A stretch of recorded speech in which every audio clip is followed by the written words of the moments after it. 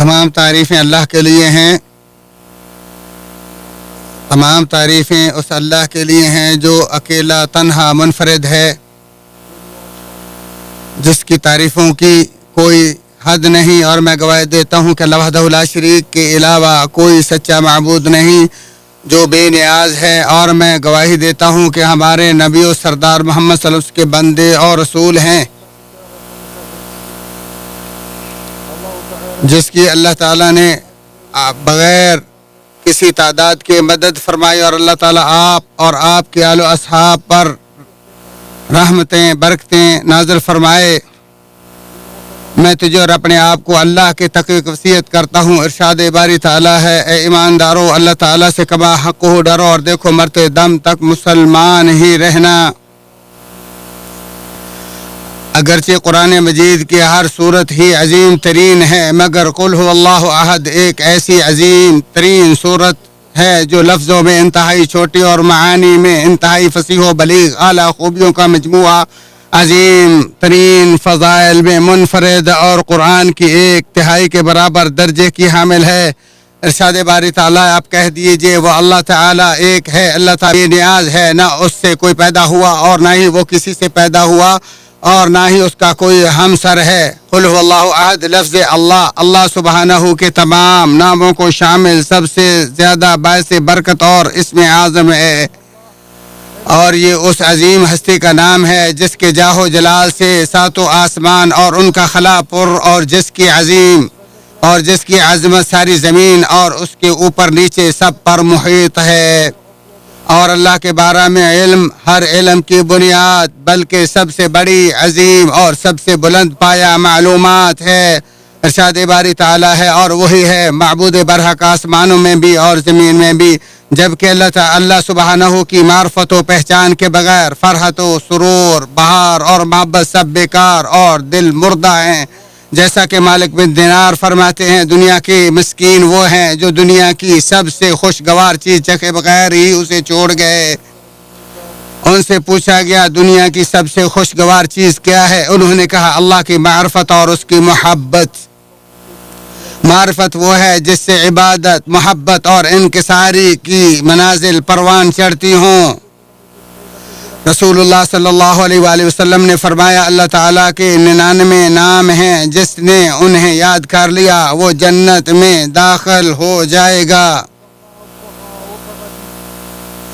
چنانچہ جس نے اللہ تعالیٰ کو اس کے ناموں اور صفات سے پہچان لیا اور اس سے محبت کرتا ہے، اور جب وہ اس سے محبت کرتا ہے تو وہ اس کے ذکر سے مانوس ہو کر اس کا اور اس کی ملاقات کا مشتاق ہو جاتا ہے۔ اللہ کا اجلال و تعظیم بھی رب کی معرفت کے حساب سے ہی ہوتا ہے، جبکہ بندگی میں لوگوں کے درجات بھی ان کے دلوں میں اللہ کی معرفت کی گہرائی کے بقدر ہی ہوتے ہیں۔ اسی طرح ان کے دلوں میں معرفت ربانی کے مفہوم کے اجاگر ہونے کے برابر ہی نمازوں میں ان کی حالت تفاوت ہوا کرتی ہے۔ معرفت الہی کی وجہ سے اللہ کی معیت ہر حال میں بندے کے سامنے رہتی ہے، جس سے اس کا دل مطمئن، نفس پرسکون، اور وہ اللہ پر سچا توکل اور حقیقی بھروسہ کر لیتا ہے۔ جیسا کہ اللہ تعالیٰ نے فرمایا جو لوگ ایمان لائے ان کے دل اللہ کے ذکر سے اطمینان حاصل کرتے ہیں۔ یاد رکھو اللہ کے ذکر سے ہی دلوں کو تسلی حاصل ہوتی ہے۔ تو جس نے اللہ کو صحیح معنوں میں پہچان لیا وہی سجدوں کی حقیقی لذت اور نماز کے قیام و قعود کا خشوع پاتا ہے۔ تأمل و غور و فکر کرتے ہوئے اللہ کی سلطنت میں محو پرواز رہتا ہے، اور اس کی زبان پر سبحان اللہ، الحمدللہ، اللہ اکبر اور لا الہ الا اللہ کا ترانہ سدا جاری رہتا ہے۔ اللہ کا نام لینے سے تھوڑی چیز زیادہ، خوف زائل، مصیبت دور، غم و پریشانی ختم اور دشواری آسان ہو جاتی ہے۔ جس نے اللہ کو پہچان لیا وہ جہاں سے روکا گیا وہاں جانے، اور جدھر بلایا گیا وہاں غیر حاضر ہونے سے اپنے رب سے شرماتا ہے، کیونکہ اس پر اللہ کی ہیبت طاری رہتی ہے۔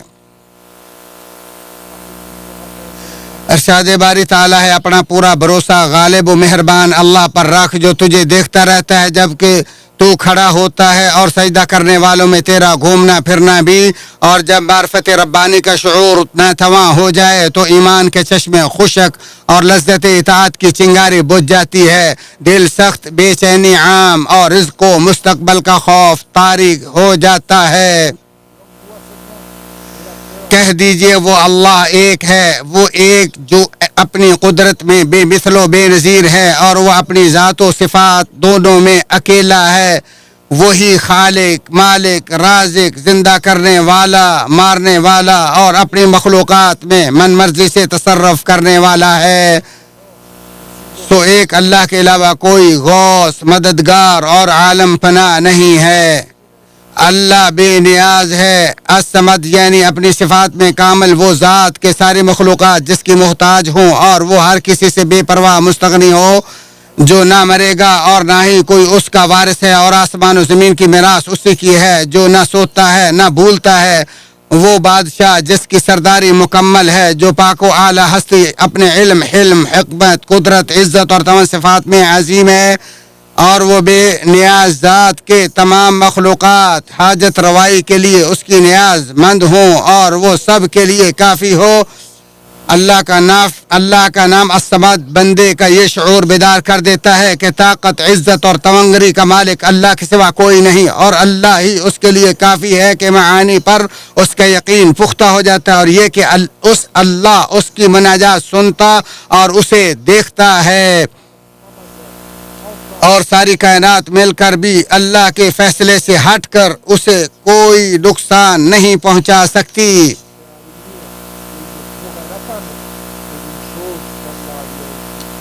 لم یلد ولم یولد یعنی وہ ایسا زندہ ہے جسے کبھی موت نہیں آتی، اور مخلوق کے فنا ہونے کے بعد صرف وہی باقی رہے گا، اور وہ پاک ذات اولاد سے بھی مستغنی ہے۔ رسول اللہ صلی اللہ علیہ وآلہ وسلم نے فرمایا، تکلیف دہ بات سن کر اللہ سے زیادہ صبر کرنے والا کوئی نہیں، کیونکہ مشرکین اللہ کے لیے اولاد ثابت کرتے ہیں، اور وہ اس کے باوجود انہیں روزی و عافیت عطا کرتا ہے، اور نہ ہی کوئی اس کا ہمسر ہے، اور اس کا کوئی ہمسر ہو بھی کیسے سکتا ہے۔ اسی نے سب کو پیدا کیا اور وجود بخشا، اور وہی سب سے بڑا، بلند و بالا، ہر چیز سے بڑا اور عظیم ہے۔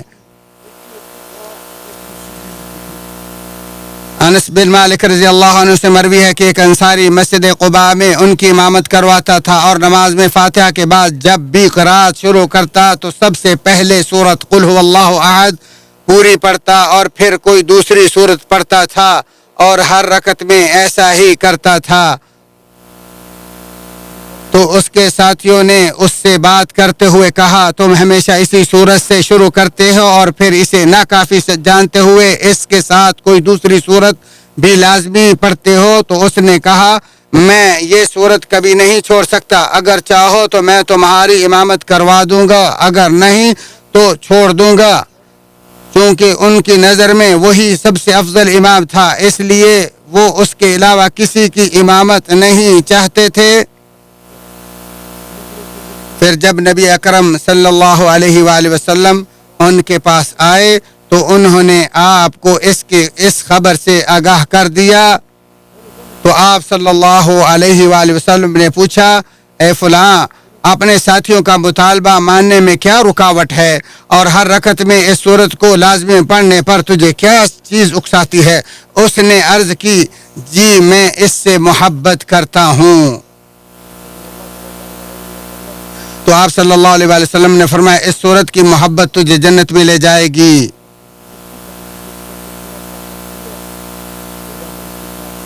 اللہ تعالیٰ میرے اور تمہارے لیے قرآن عظیم کو بابرکت بنائے، اس کی آیات و ذکر حکیم کو میرے اور تمہارے لیے نفع بخش بنائے۔ اسی پر اکتفا کرتے ہوئے اپنے، تمہارے اور تمام مسلمانوں کے لیے اللہ سے بخشش طلب کرتا ہوں، تم بھی اس سے بخش طلب کرو، بے شک وہ غفور رحیم ہے۔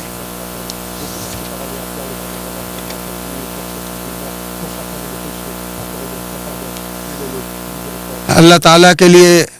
تمام قسم کی حمد و ثنا تعریفات ہیں، اور میں گواہی دیتا ہوں کہ اللہ وحدہ لا شریک کے علاوہ کوئی سچا معبود نہیں، اور میں گواہی دیتا ہوں کہ ہمارے نبی و سردار محمد صلی اللہ علیہ وسلم کے بندے اور رسول ہیں۔ اللہ تعالیٰ آپ اور آپ کے آل و اصحاب پر رحمتیں برکتیں نازل فرمائے۔ حمد و ثنا کے بعد میں تمہیں اور اپنے آپ کو اللہ کے تقوی کی وصیت کرتا ہوں۔ نبی اکرم صلی اللہ علیہ وآلہ وسلم نے ایک آدمی کو یہ کہتے سنا، اے اللہ میں تجھ سے مانگتا ہوں کیونکہ تو ہی وہ اکیلا و بے نیاز اللہ ہے جس سے نہ کوئی پیدا ہوا اور نہ ہی وہ کسی سے پیدا ہوا اور نہ ہی اس کا کوئی ہمسر ہے۔ تو رسول اللہ صلی اللہ علیہ وآلہ وسلم نے فرمایا، یقیناً اس نے اللہ کے اس اسم اعظم کے واسطے سے سوال کیا ہے جس کے ذریعے اگر مانگا جائے تو وہ عطا کرتا ہے اور اگر دعا کی جائے تو وہ قبول کرتا ہے۔ رسول اللہ صلی اللہ علیہ وسلم نے فرمایا، ہر صبح و شام 3 بار سورۃ قل هو اللہ احد اور معوذتین پڑھ لیا کر، یہ ہر چیز سے تیرے بچاؤ کے لیے کافی ہوگی۔ اے اللہ کے بندو، کل بروز ہفت کو 10ویں محرم ہے اور نبی اکرم صلی اللہ علیہ وآلہ وسلم یوم عاشوراء کے روزے کو شدت سے تلاش کیا کرتے تھے، اور آپ صلی اللہ علیہ وسلم نے اس روزے کی فضیلت کے بارے میں فرمایا، مجھے اللہ سے امید ہے کہ وہ اس روزے سے گزشتہ 1 سال کے روزے کے گناہوں کو مٹا دے گا۔ اللہ کے بندو، خبردار رسول خدا پر درود بھیجو، سو بلا شبہ اللہ تعالیٰ اپنی کتاب میں تم اس کا پابند کرتے ہو فرماتا ہے، بلا شبہ اللہ تعالیٰ اور اس کے فرشتے نبی مکرم صلی اللہ علیہ وآلہ وسلم پر درود بھیجتے ہیں۔ مومنو تم بھی آپ پر درود و سلام بھیجو۔ اے اللہ اپنے پیارے محبوب جناب محمد الرسول اللہ صلی اللہ علیہ وسلم اور ان کے آل اولاد اصحاب پر اسی طرح رحمتیں برکتیں نازل فرما جس طرح تو نے ابراہیم علیہ السلام اور ان کے آل و اصحاب پر رحمتیں برکتیں نازل فرمائی۔ اے اللہ خلفائے راشدین سے راضی ہو جا اور ان کے ساتھ ہمارے ساتھ بھی راضی ہو جا۔ اے اللہ اسلام اور اہل اسلام کو عزت عطا فرما، مسلمانوں کو عزت نازل فرما۔ یا اللہ کفر، کافروں، مشرکین کو ذلیل و رسوا کر دے۔ اے اللہ اس ملک کو اور تمام